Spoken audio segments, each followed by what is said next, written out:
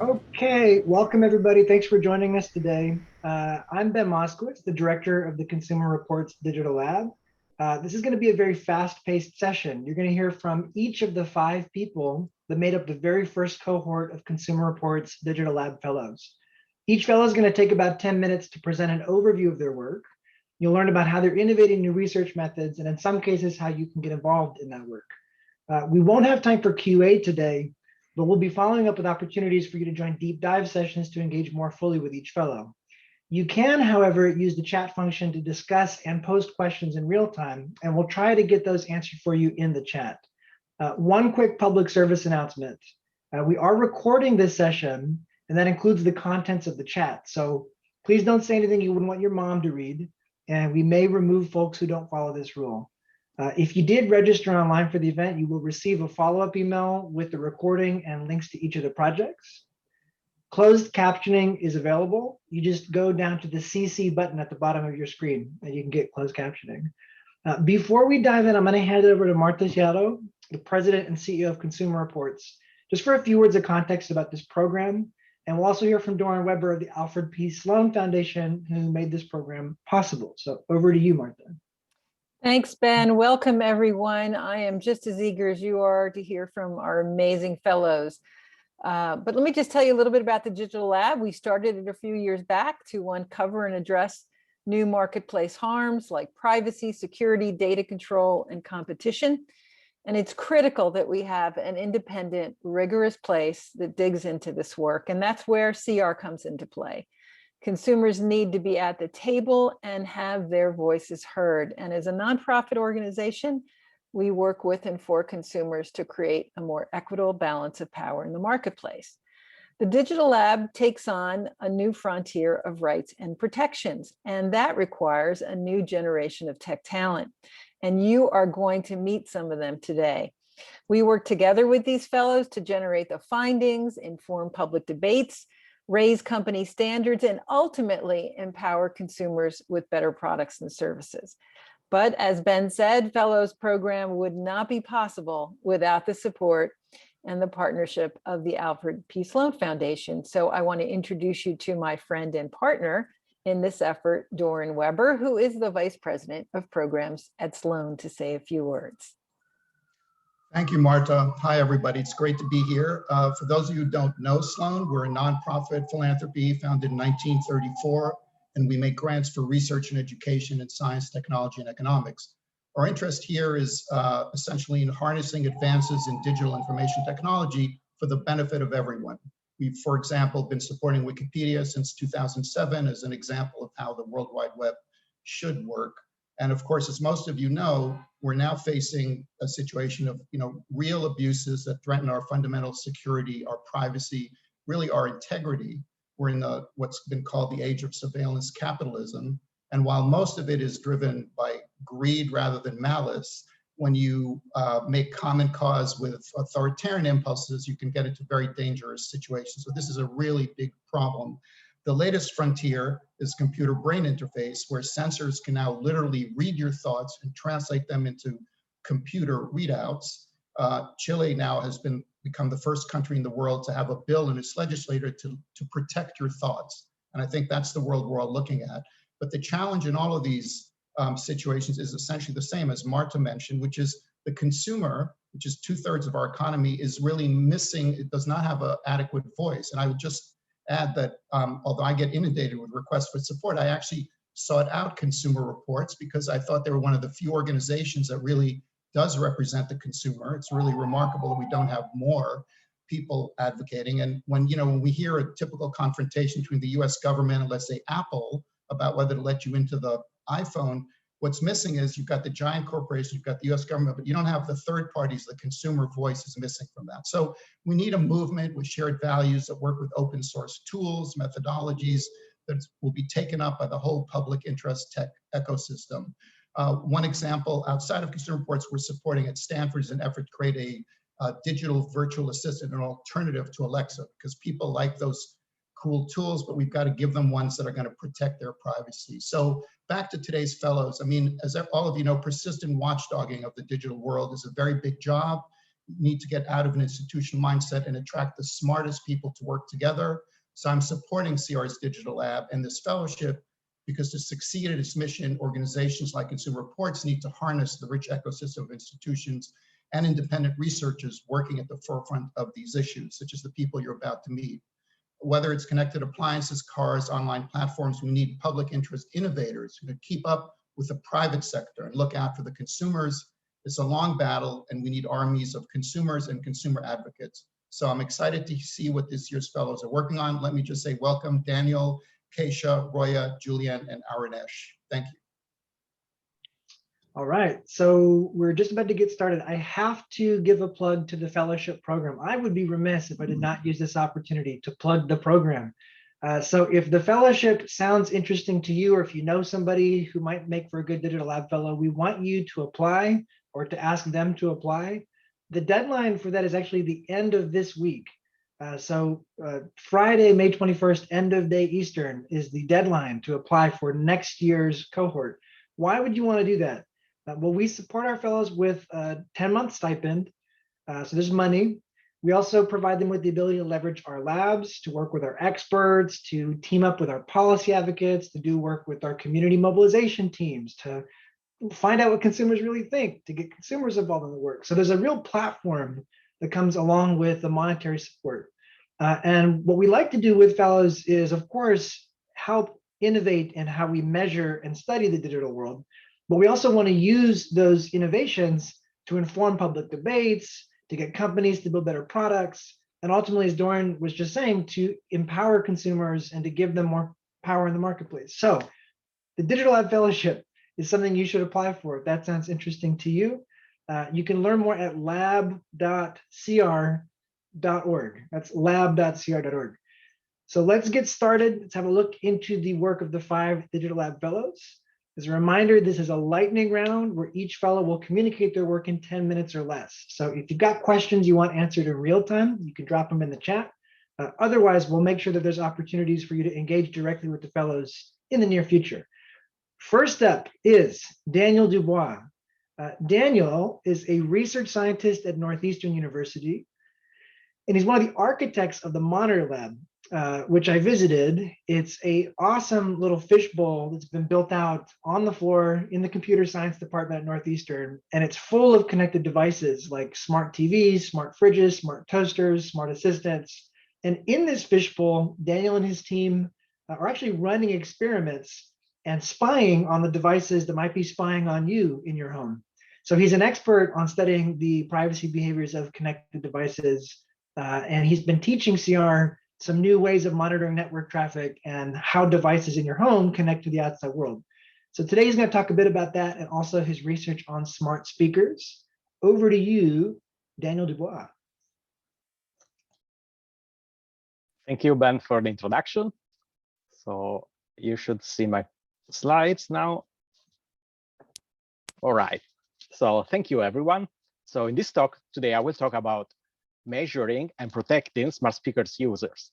So I would like to also to thank my collaborators, in the Imperial College London and Northeastern University, which collaborated on this work.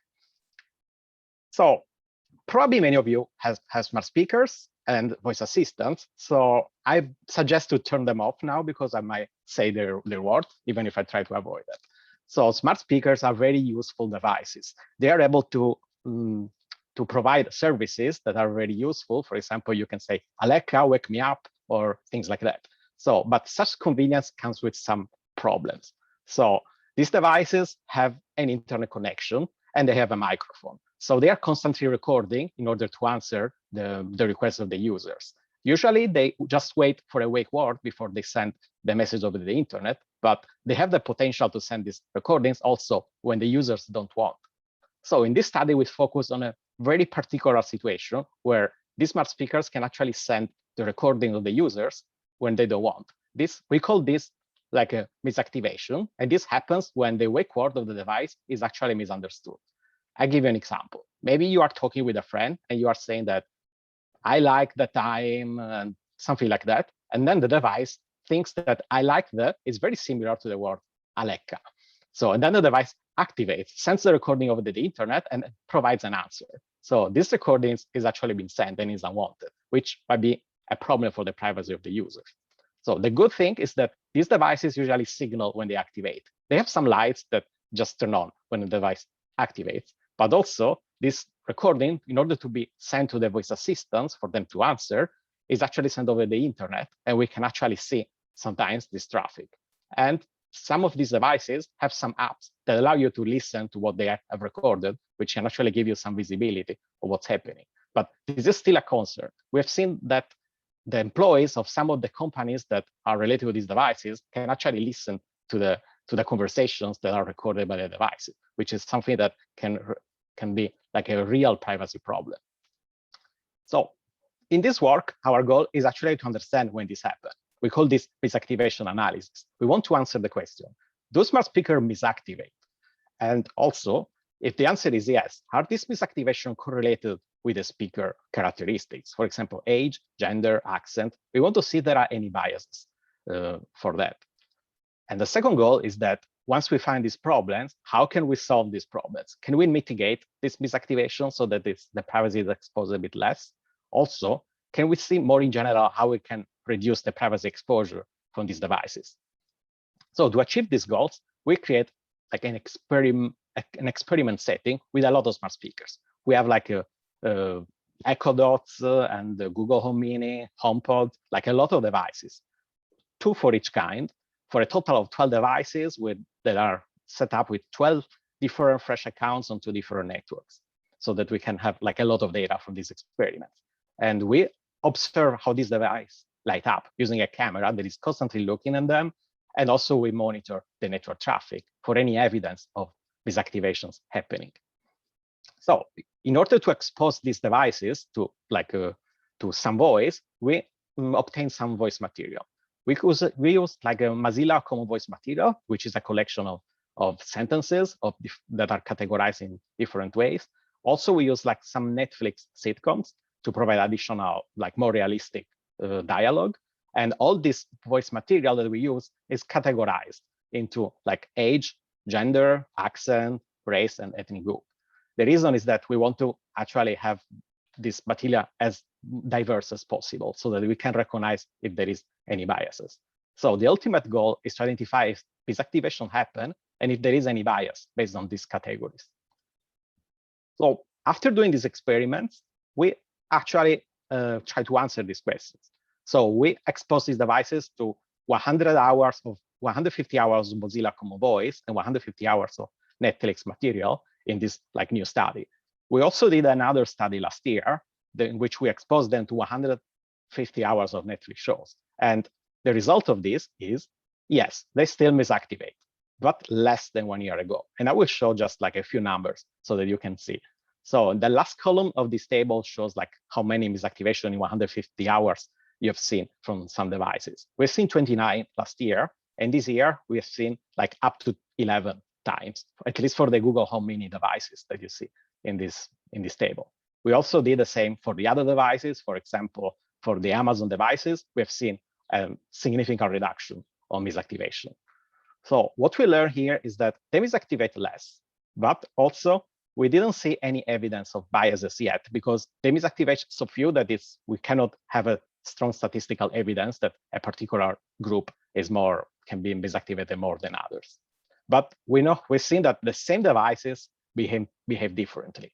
For example, if you look at the first rows of this table, you can see the Google Home Mini A and B, which are the same devices configured in the same way in the exact same place. They behave differently with the same material. And we still don't know why this happens, but we are still investigating that for the last like a few months of this fellowship. So we can see also that Netflix shows misactivate more than the Mozilla Common Voice because they are more realistic than just the crispy, clear synthesis of the Mozilla Common Voice. So we are doing some investigations so that we can understand why we see these differences, so that we can understand better why this device misactivation, how we can reduce that. So how can we protect the users from this? So there are many ways. One of them is to actually mute the device using the network traffic, which means that we use some alternative way to recognize the wake word, for example, the snow or hot word detection like engines, which can actually recognize if you say Alexa or any other wake word separately from the device. And if the device doesn't listen to that, it will not activate the network traffic. So the device doesn't have the possibility to send you a recording over the internet when you don't want to. There are other ways that are given by the manufacturers of the device, for example, voice profiling or using different wake words or tweaking with the wake word sensitivity. All this might work to help. So they have the pro is that they can help you have less misactivations, but one con is that they also miss activations, which reduce the convenience of using these devices. Also, some features, for example, the voice profiling, can actually allow the device to collect more like biometrics characteristics about the speaker, which some people might not feel comfortable with. So besides misactivation, we've seen other problems with these smart speakers. One of them is what we call non-essential traffic. So that is, we observe that this, by analyzing the network traffic, we observe that some traffic on these smart speakers goes to some services that don't look related to the smart speaker. For example, tracking analytics services. Why do we need that to answer like what's the weather or any question you have to ask to a device? So our hypothesis is that maybe we can block some destinations and the device still works. So we try to validate this hypothesis by building a tool that we call IoT Blocker, which actually blocks the destinations that are contacted by the device one by one. And what we discovered is that the devices contact many destinations. For example, the Echo Dot has 13, Google Home has 14.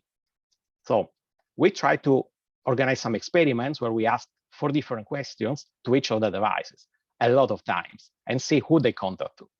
So we have seen that if they contact some destination that cannot be blocked, we consider those essential destinations. And they only have 5 destinations, both of them. So what about the other? So the other one can be blocked and the device still works perfectly. So we want to understand what are these speakers sending to and why. So we look at the destination and we see that some example where the destination really reveal their purpose. For example, in the Google Home, you can see that it's sending traffic to Google at the services or to doubleclick.net, which are actually Google services for advertisement analytics. And they can be blocked and the device still works perfectly. So what about the rest of this traffic? Maybe if you want to be optimistic, it's a function that we didn't test. But if you want to be pessimistic, actually, it's giving functions that we don't want, like analytics and tracking, which also can be a problem for privacy regulation, since a lot of this traffic is not needed for the function of the device, which go against the data minimization like principle of some privacy regulations. So in conclusion, what we did in this work is that we measure the privacy of these devices by looking like at the misactivations, at the network traffic, and we found ways to protect that. So the main takeaways is that these speakers misactivate. So if you have some of them, you have to realize that they might activate when you just talk or you watch a movie, and they can get that information. But the good thing is that it happens less than 1 year ago. And smart speaker also produce traffic that is not needed. And this is kind of a problem since you don't want that to happen. And we have seen this happening not just to smart speakers, but also to a lot of other IoT devices. So as a further investigation, what we want to do is that first we want to, of course, increase the scale of the study so that we can understand the biases when a device misactivates, but also we want to understand if there are biases when a device is intentionally activated, because maybe it understands things differently based on the speaker. So this concludes my presentation. If you want to know more about this, there will be like deep dive sessions probably organized in the future. Thank you. Cool. Thank you, Daniel. It's a lot of work compressed into a very short presentation. So if you do have questions, as Daniel said, we'll make sure to connect you and get those answered. What I really love about the work that Daniel does and the work that happens at the Monitor Lab is the need to create experimental test beds to study black box devices. You know, we don't have a lot of knowledge about what's happening inside your smart speaker. We don't have the source code to Alexa. And so you need to construct black box experiments like this, try to understand you know, some of the things that might otherwise be unknowable about the device. And that's a common theme when studying the digital world. Next up, and we're going to do a bit of a pivot here to a different kind of topic. We have got Kasia Chemlinski, who's an affiliate at the Berkman Klein Center at Harvard University and the co-founder of the Data Nutrition Project, which is all about helping data science data scientists, excuse me, encourage the responsible use of data. So this is a little bit more upstream than direct to consumer work. This is thinking about how the people who build the products you use can be more conscious and thoughtful about how they incorporate data into, for instance, a machine learning algorithm. So Kasia has been advising CR on various interventions and policy approaches that would result in better and fairer AI for consumers.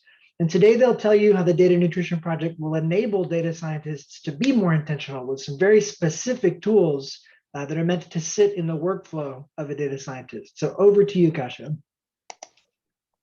Great, thanks for that. And hi, everyone. Let me quickly share my screen. Okay, hopefully you can all see that. And I've closed the chat, so I can't answer that as I go, but I would love your comments as well as I'm presenting. So I'm going to talk a bit about the Data Nutrition Project, which Ben very nicely introduced, better than I usually do, actually. So thank you for that. Quickly, just to give a little bit of background on who I am. My name is Kasia. It's nice to meet you all. I think the major takeaway from this slide is either that I have very little direction in life, or I'm very old, or some combination of the two. I've worked in many different places, mostly in industry, but also dabbled in some research and across many domains. And I've always kind of been building software products at the intersection of big data and something that touches people. And so a lot of what we decided to focus on at the Data Nutrition Project comes out of direct experience with the ways that AI is currently built and the way that it can go wrong. Often not, it's not malintent, but just in the process itself. So the problem that we're trying to address, this is probably something that is familiar to many people on the call, so I'll kind of go through it quickly, but there are many AI systems that are in production, meaning that they're out there affecting people. And the rub is that AI systems that are built on bad data will exhibit bad outcomes. And when I say bad, I mean biased in various ways, incomplete data, historically biased data. For example, I'll just call out one of these on the right. Amazon created a hiring tool that was built on historical hiring data. And so they looked at hiring data from companies, in industry over the last few decades. And if you look at historical hiring data, it's historically biased. So fewer people of color and women were hired, not because they didn't have as many credentials, but just due to historical biases in society. And so the hiring tool was built on that data set. And so almost immediately it started to produce suggestions that were aligned with those historical biases. And that went out into production before it was kind of identified. The two other examples on the screen here. One is about a suicide risk prediction model that was built on historical data around people who died by suicide or who attempted suicide. And it turns out that some communities, in particular communities of color, don't have access to a lot of mental health services, and thus their data was not included in the data set. So you have a model that's not going to do as well on particular communities because their data is not part of the data set. And I could go on and on. These are just a few examples. So really what I'm underscoring here is that if you have bad data, biased in some way, your algorithm is going to exhibit the same. So our opportunity that we saw, and as a group of us, not just me, a group of us that were fellows at the Berkman Klein Center in a fellowship called Assembly a few years back, a lot of us were, practitioners in the space, and we knew that a lot of the issues that you find are actually pulled post-deployment. So the model goes through this process here. You find a data set, you process the data, you develop the model on that data, you deploy the model. And only then do a lot of the issues become clear. But there's really two main issues with that, right? The first is that model is already in production. It's already harming people or affecting people in communities, often underrepresented communities themselves. And the second is that it's really expensive to go backwards once you've found an issue, because you have to do that entire thing over again. And that's a lot of people hours and a lot of resources that have gone into the training of that model. So we thought there was an opportunity to interrogate the data quality way up front. So when you have a data set, then being able to look inside that data set before you decide to use it and make a better, more intelligent, informed choice about whether or not to use that data set for that intended purpose before you go through the model development process. So we were trying to be good researchers. So we went and talked to a bunch of people and said, we can't possibly be the only ones to be thinking about this. There must be some kind of standards.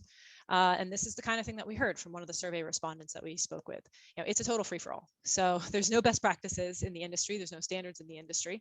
So as a data scientist, when you go and you find a data set, you kind of do what you feel is right. But there aren't global standards or even industry standards that you need to follow in order to assess the state and the quality of that data. So, we decided to form a team. So it's not just my work here, it's work of a lot of people who are involved.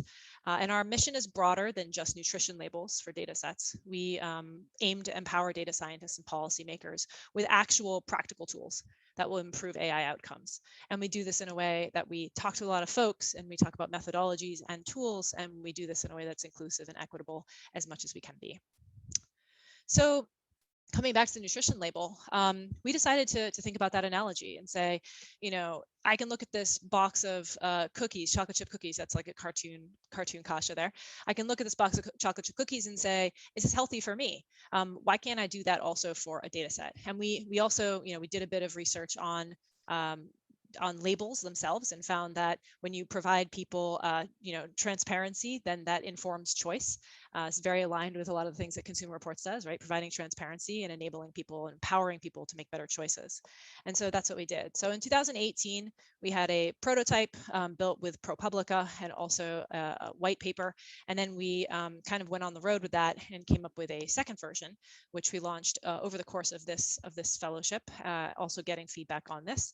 And the idea behind this version was really to hone in on the use cases. So what we heard was, hey, it's great to have a bit of like an ingredients list for a data set, but there's so many different ways that you could use that data. What's actually more useful is if you almost had kind of a warning label or a warning system.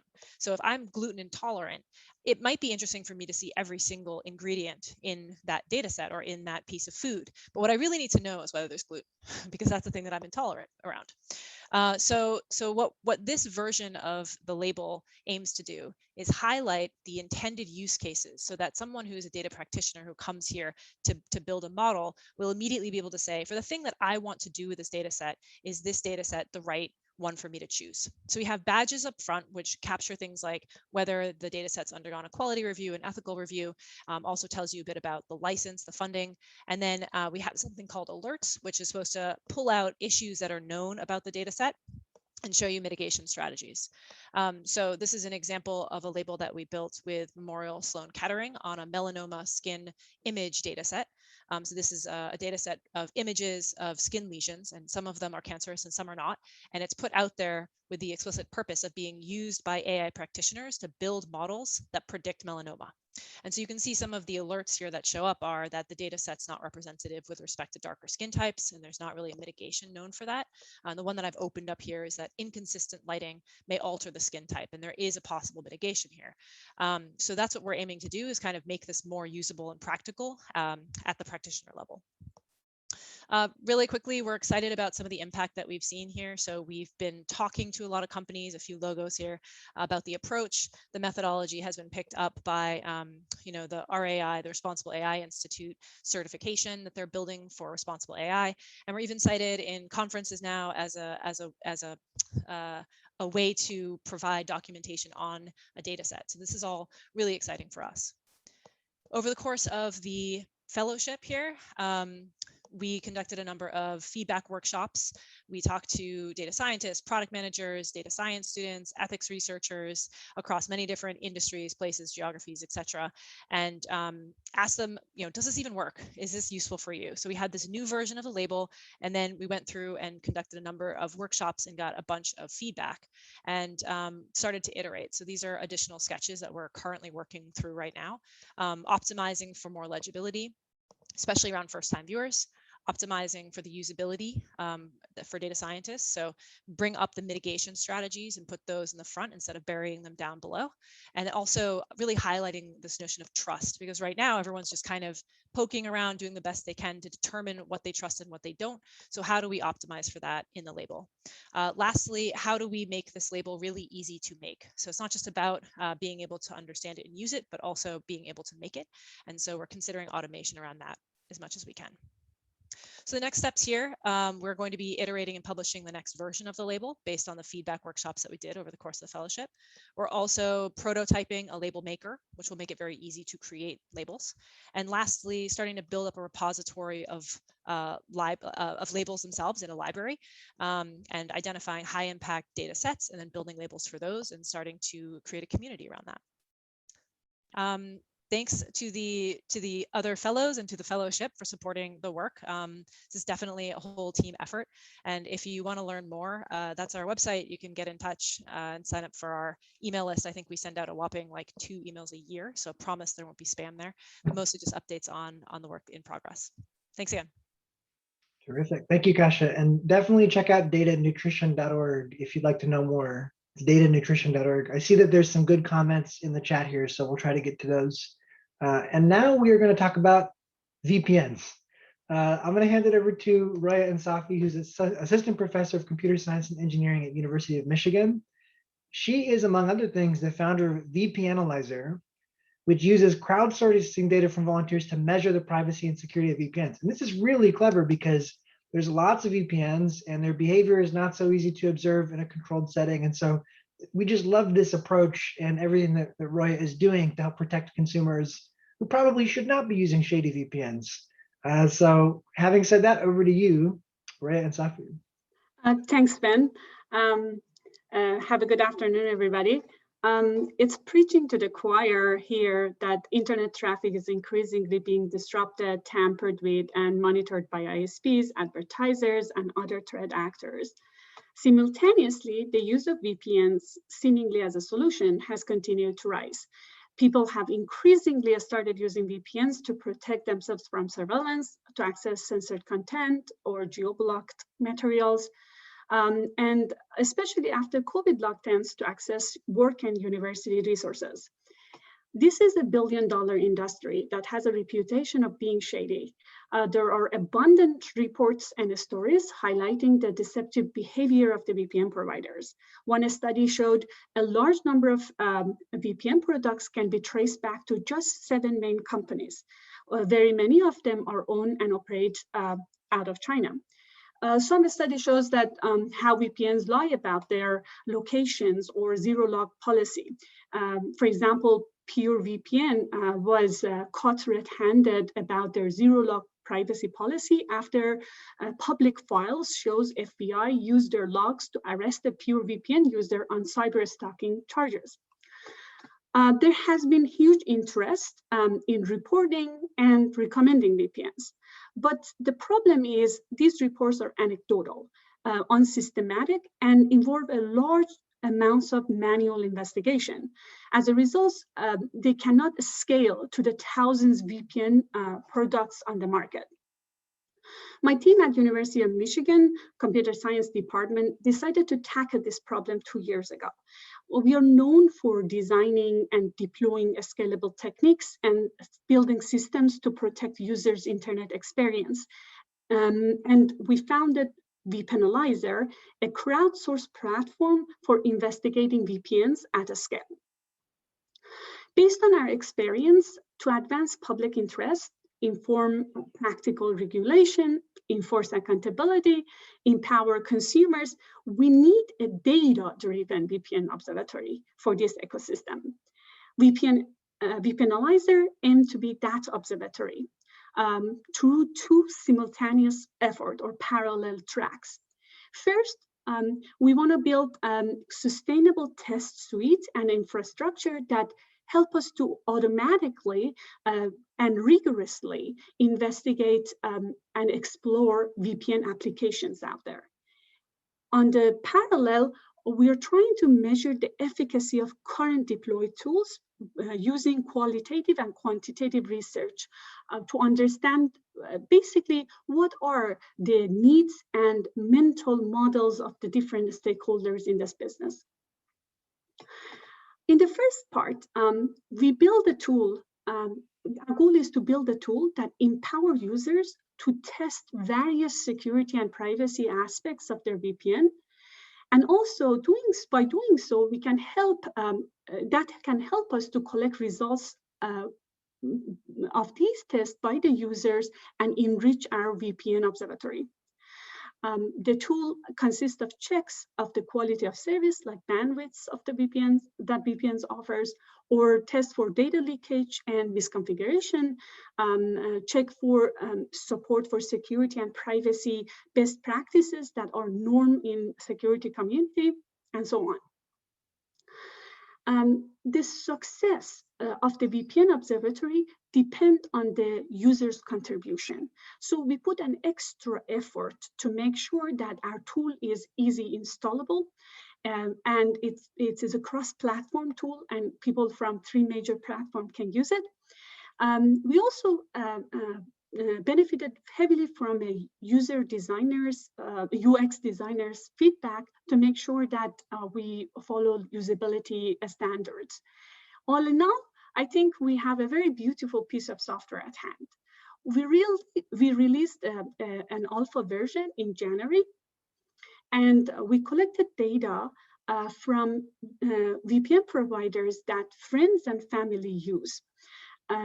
These are the friends that they are security minded, and they claim that they're not using shady VPNs.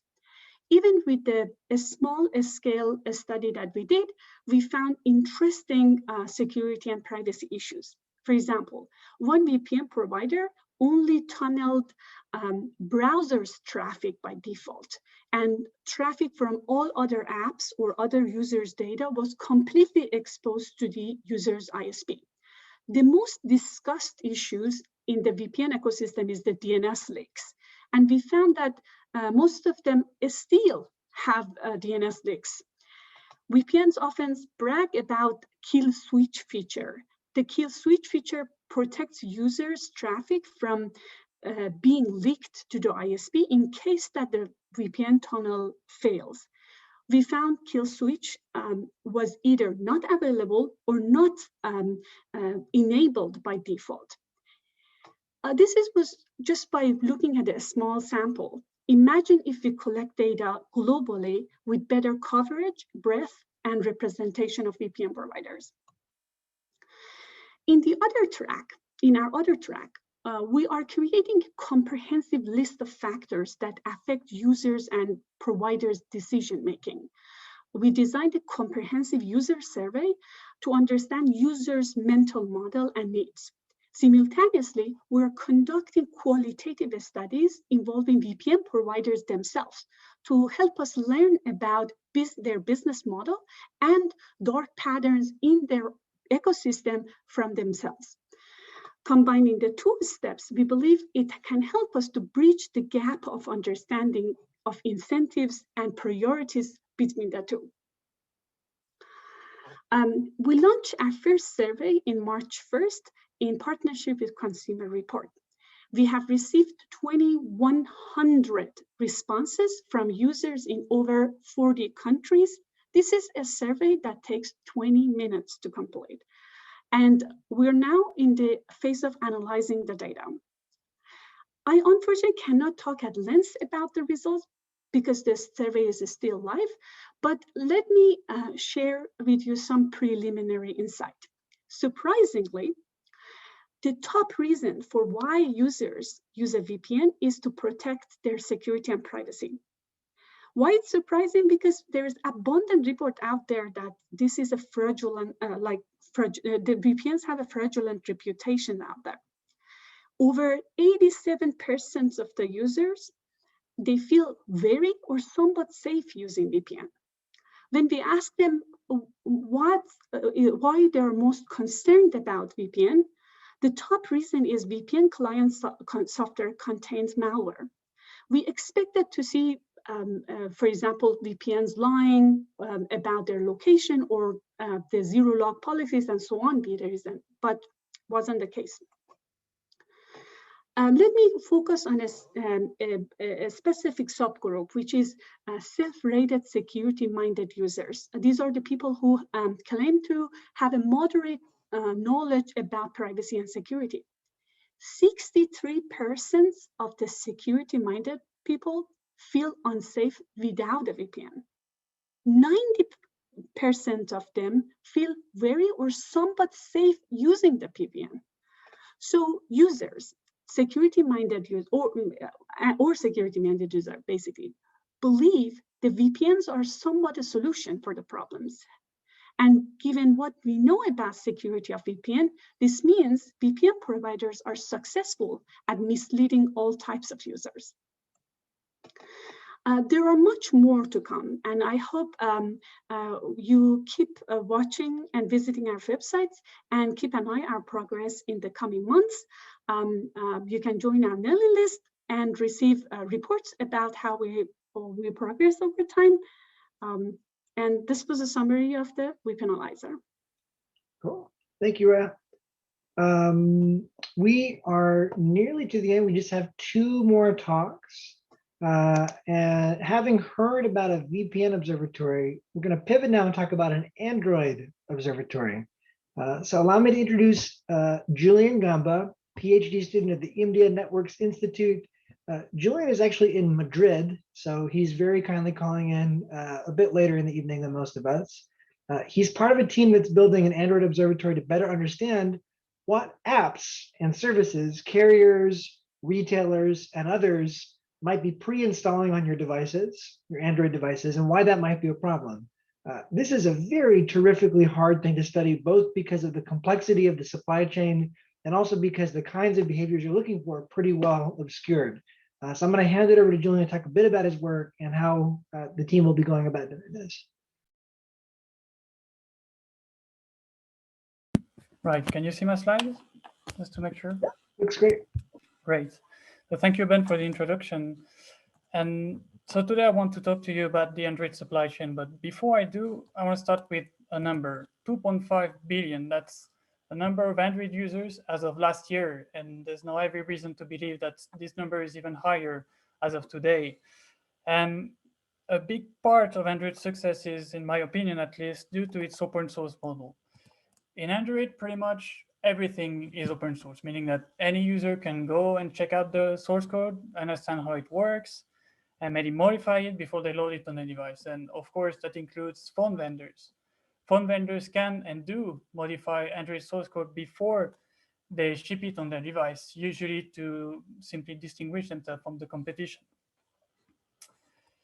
Now, usually for phone vendors, at least, that takes the form of extra system applications that are pre-installed directly on the device, which brings me to my main point, the supply chain. So from a user perspective, might seem very simple, right? I want to buy a new phone, I check out a few vendors, find a model I like, and I just buy it, right? In reality, it's much, much more complex. Because before you buy your device, it might have gone through many, many hands between the chipset manufacturers, the phone vendors, of course, networks operators, phone resellers. All of these companies have, at some point, physical access to the device and can pre-install extra application on the device. But that's not all, because all of these stakeholders also have partners who may be very interested in also pre-installing their application on the device as part of their partnership. So you end up with this very, very complex supply chain that is just completely opaque to users. As a user, you buy a device, you have no way of knowing exactly who got the device before you and what they did to it. And in a nutshell, the goal of my project, which I started like 2 months ago, is to shed a light on this supply chain. We want to understand more exactly how it works, who is involved, and what do they do to devices, and for what purpose. So there's basically 2 main questions that I will try to answer in this fellowship. The first one is trying to understand exactly who created the application that are pre-installed on devices, because that might seem like a simple thing to do, and it is for user installed application, right? You go on the Google Play Store, you jump to the bottom where you see the developer information, and boom, you have the information. But for pre-installed application, that's not so easy, and it's actually not possible to go on the Play Store simply because most pre-installed applications are not publicly available. You just have the actual application on your phone and you're stuck with it to try to understand who put it there. And there's actually already literature published by researchers to show that it's at best difficult and in most cases impossible, just given an application, to understand who created it. And this will be the first part of our project, to try to attribute back an application to the company who created it. And this is critical for users, at least, because if you want to exercise your digital right, you must know, well, who to contact, right? If I, under the GDPR, have the right to ask for my personal data and ask for the company to delete it. But if I don't know who developed that application, I simply cannot contact them. The second question will be trying to come up with new tools or new method to understand what these applications are actually doing, right? Companies went through all the trouble of creating the application, signing a partnership with a stakeholder and pre-installing it on a device. There must be a purpose for it. There must be some incentive for them for doing that. The problem with this is that pre-install application relied on a slightly different set of features, of Android features, as compared to user-installed application. And therefore, most state-of-the-art tool that researchers use to understand what applications are doing cannot, in most of the time, be used directly on pre-installed application, because they might rely on system modifications, they might rely on other applications that they know are also pre-installed on a device. So just running existing tool on pre-installed application might give you some result, but most of the time it won't. So the second part of that project will be to actually either upgrade the existing tools to make them work, or simply to create brand new ones for our purpose. And let me just give you one real life example of actual malware that was found pre-installed on devices. So it was like 2 or 3 years ago.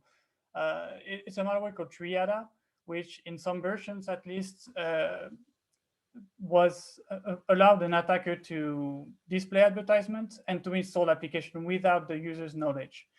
And it relies on modification to the system, to the core Android OS code directly, meaning that if you just analyze it with one, state-of-the-art tool, you will get nothing. You will not see the malicious behavior simply because you're lacking one piece of the puzzle.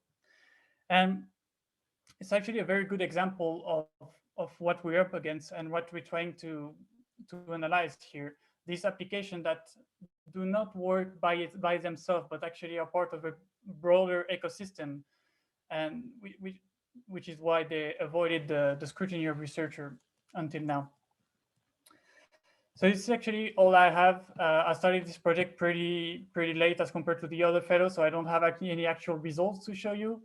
But thank you very much for listening anyway, and I hope to see you all at the deep dive, which will happen in a few weeks now. Thank you.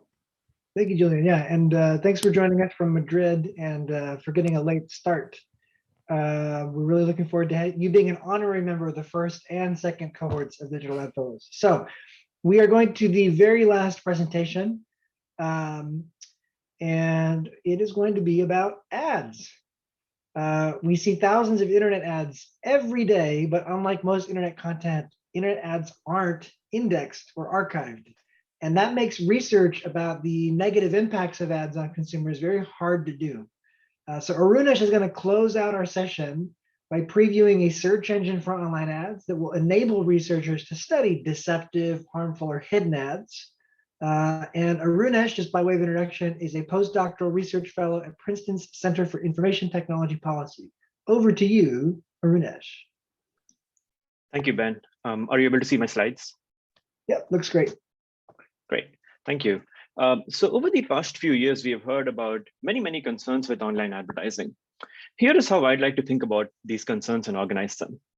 The first set of concerns about online advertising are all about privacy and security. We have heard time and time again about how many ad networks collect invasive information about users. We've also more recently seen concerns about ad targeting, where ad networks now have really powerful tools and mechanisms at their disposal to target and shape people's opinions, and also how many of these targeting mechanisms lead to discrimination, where women might see low-paying ads and men might see high-paying job ads. And the third set of concerns about online advertising are all about the content of the ads, how the ads are actually trying to influence users, and what sort of content they contain, and how they're trying to determine what to show to users. And this third concern really is what I'm going to talk to you today about, all about the content of these ads. And while you might think that the content of advertising has generally been studied for a long time, it's actually not true. In fact, this is a very recent set of investigation that's been taking place, and a lot of different communities are really drawing attention into the content that appears in many of these online ads. And in fact, a lot of these investigations have been led by journalists who have been writing stories for a long, long time now about how there are many nefarious political ads that appear on websites, or many kinds of deceptive and manipulative clickbaity ads that often appear on news websites or other kinds of websites. And academics are not behind here either. Only recently, we have seen a lot of different kinds of studies looking into problematic practices with online advertising, including what are the kinds of ads that negatively impact users, and how do users perceive these ads. Research has also looked into political advertising, especially how the content varies depending on different issues that politicians and candidates might have. There's also recent research into advertising in children's apps, trying to examine what kinds of ads do these networks show to vulnerable populations like children.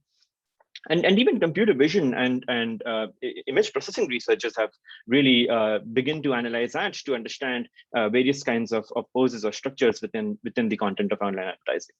But the kicker with all of this great research is many of this is great, but it's only a one-time measurement of online advertising, where researchers spend some time gathering these ads, they write a paper, and then they go away. And then we don't get to analyze advertising more generally over time. So this is where the Princeton Ad Observatory comes in.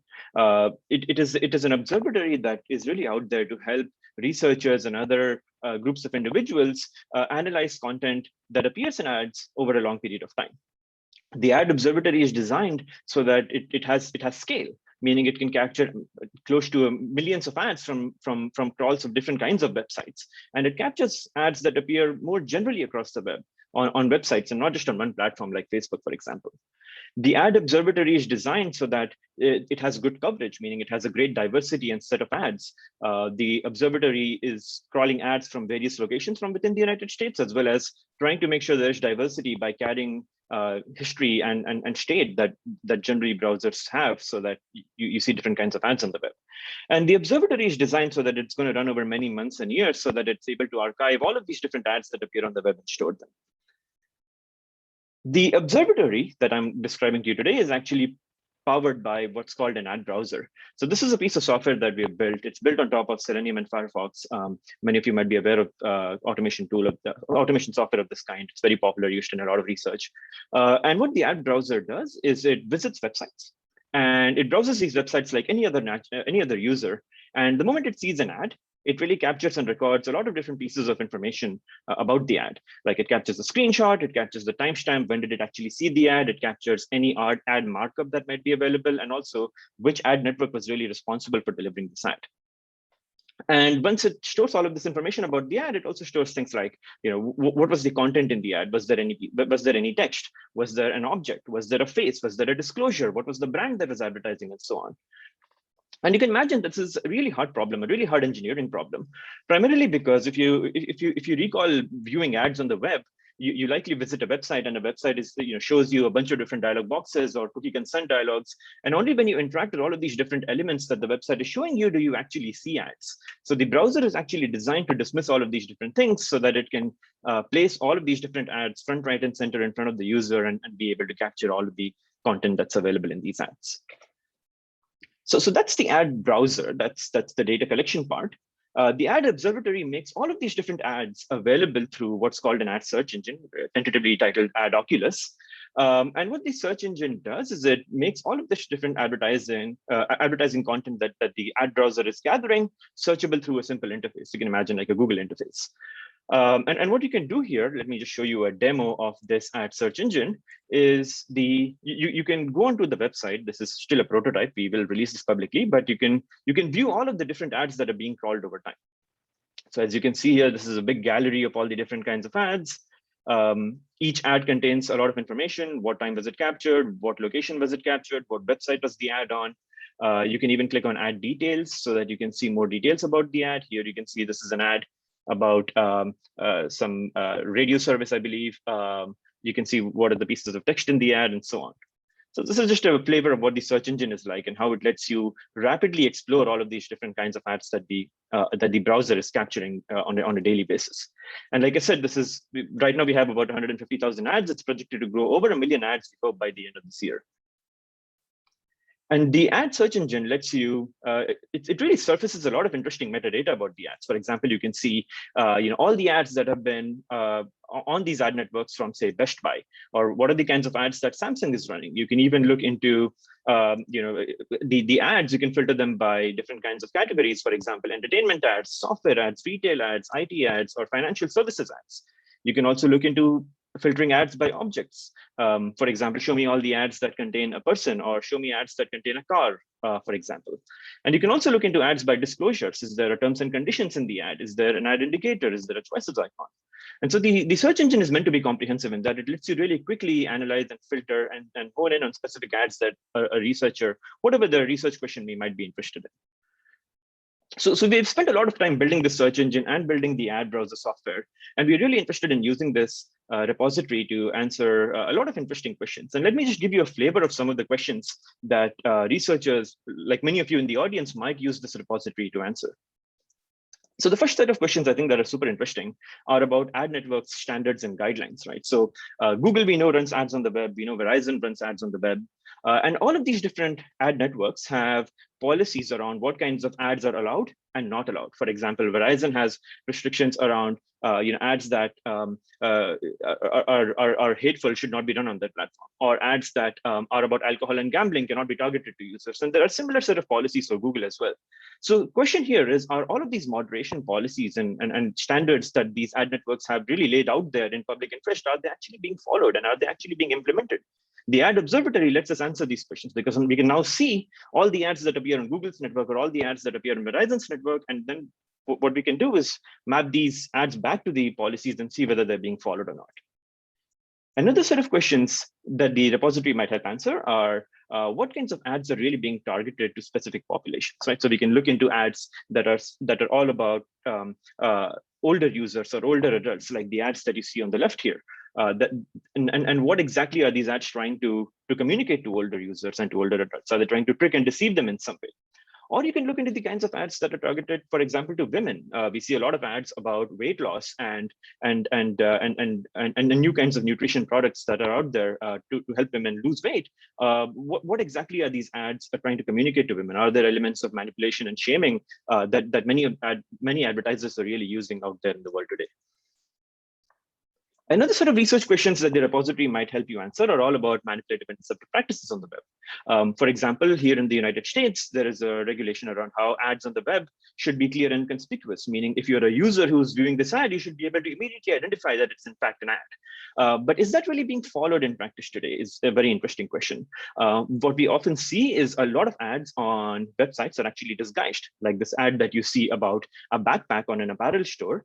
Is actually an ad, but it might seem like any other piece of content on that website. And you can see there's a tiny label here that says partnership at the bottom. So studying these kinds of disclosures, trying to find out whether ads are actually exposed and clear to users, I think it's a very interesting research question that this repository could be used to answer, given that we have a lot of interesting visual data about disclosures and about ads here. And if you think about disclosures, there are other kinds of interesting questions that emerge following that. For example, are many ads manipulative, and that do they contain interfaces like dark patterns, where you might think, for example, you're signing up for a one-time offer and for a free trial, but really you're enrolling into a recurring subscription. So for example, many of the ads that we see in our repository do not contain these kinds of disclosures. So are users actually being manipulated and deceived on the web today through advertising of this kind? I think is very interesting. And again, because of the visual content that we have, these are questions that can be answered. And finally, I think outside of the traditional computer science and information sciences, I think there are interesting questions about representation in ads. What kind of people and communities actually reflect in the ads that we see on the web today? Ads about education, ads about jobs, or ads about retirement. What are the different groups that are represented? And are these, for example, overrepresenting certain communities or underrepresenting certain communities? I think are interesting questions to pursue as well here.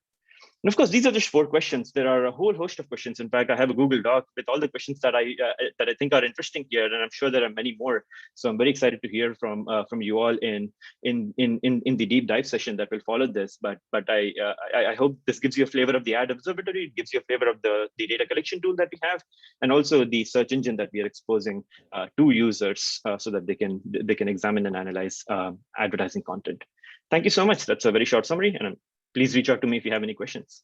Cool, thanks. So that brings us to the end. And just as a reminder, we're going to be sending you a link to this recording if you'd like to watch it again or share it, along with information about each project. Today, you heard a little bit about research infrastructure that we think is important to help protect consumers in the future, whether it's studying the behavior of smart devices, encouraging conscious use of data, creating an observatory for VPNs, an observatory for Android, an observatory for online ads. This is the kind of work that's going to be necessary to keep consumers protected and empowered as we head into an increasingly digital future. So if you want to be part of this program, you have until Friday, end of day, to apply to become a Digital Lab Fellow. That's lab.cr.org. If you have any questions about the Digital Lab Fellowship, please get in touch. Hope you have a great day. Hope you have a great week, and we'll hope to see you soon. Bye-bye.